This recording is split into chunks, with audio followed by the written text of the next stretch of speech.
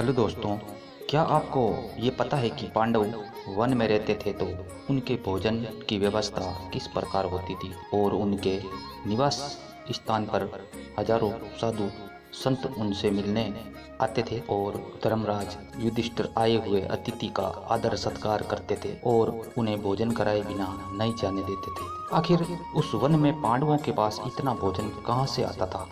कहते हैं कि युधिष्ठिर के पास एक चमत्कारी अक्षय पात्र था, जिसकी वजह से ही वे हजारों लोगों का भोजन प्राप्त करते थे। लेकिन उस अक्षय पात्र की भी कुछ शर्तें थी। आइए जानते हैं आखिर ये अक्षय पात्र क्या है और ये पांडवों के पास कैसे आया। ऐसे अक्षय पात्र सिर्फ प्राचीन ऋषि मुनियों के पास हुआ करता था।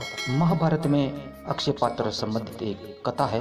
कहते हैं कि जब पांचों पांडव द्रौपदी सहित 12 वर्षों के लिए वनवास में रहते थे, तब उनकी मुलाकात कई ऋषियों और तपस्वियों से हुआ करती थी और वन में कुटिया बनाकर रहने के बाद साधु संतों के जत्थे उनके पास मिलने आया करते थे। अब पांचों पांडवों सहित द्रौपदी के सामने ये प्रश्न आता था कि वे खुद 6 प्राणी और आए हुए सैकड़ों हजारों साधु संतों के लिए भोजन की व्यवस्था कैसे करूं। तब धर्मराज युधिष्ठिर अपने पुरोहित धौम्य के पास जाते हैं और उन्हें इसके बारे में बताते हैं। तब पुरोहित धौम्य ने उन्हें भगवान सूर्य के 108 नामों के साथ आराधना करने को कहते हैं। युधिष्ठिर इन नामों का बड़ी आस्था के साथ जाप करते हैं। अंत में भगवान सूर्य प्रसन्न होकर प्रकट होते हैं और पूछते हैं कि हे धर्मराज युधिष्ठिर, किस कामना के लिए तुमने मेरी पूजा आराधना की है।